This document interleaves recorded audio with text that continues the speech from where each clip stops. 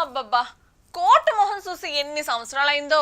ఇన్నాళ్ళు ఏదో ఒకటి చెప్పి తప్పించేసుకున్నాం గానీ ఈసారి ఎలాగ తప్పట్లేదండి. కాకపోతే మళ్ళా కోర్టు మెట్లెక్కకుండా ఉండాలంటే ఏం చెప్తే బాగుంటుందో కూసని చెప్పేస్తారా?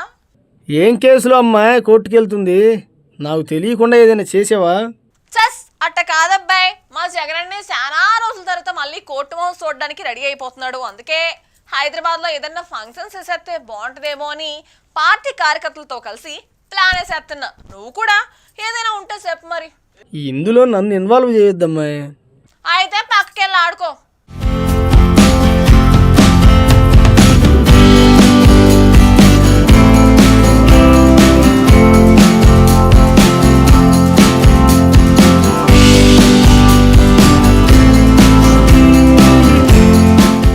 అధికారం ఉంటే ఆ లెక్కే వేరప్ప.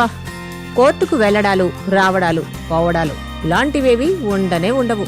ఎంత పెద్ద కేసులు వెనకాలున్నా అధికారం ఉంటే ఏదో ఒక సాకుతో కోర్టు మెట్లెక్కకుండా తప్పించుకోవచ్చనే విషయం ఏపీ మాజీ సీఎం వైఎస్ఆర్సీపీ అధినేత వైఎస్ జగన్మోహన్ రెడ్డిని చూస్తే అర్థమైపోతుందన్నమాట.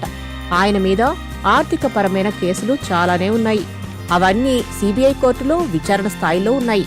వాటిలో ప్రధాన నిందితుడిగా ఉన్నందున జగన్ కోర్టుకు హాజరు కావాలి. కానీ ఆయన ఏపీ సీఎంగా ఉన్న టైంలో అస్సలు కోర్టు మెట్లెక్కలేదు. ఎందుకు హాజరు కాలేదని అడిగితే సెక్యూరిటీ ప్రాబ్లం అని రీజన్ చూపించేశారు. పుష్కర కాలంగా వైఎస్ జగన్ బెయిల్ మీదే ఉన్నారు.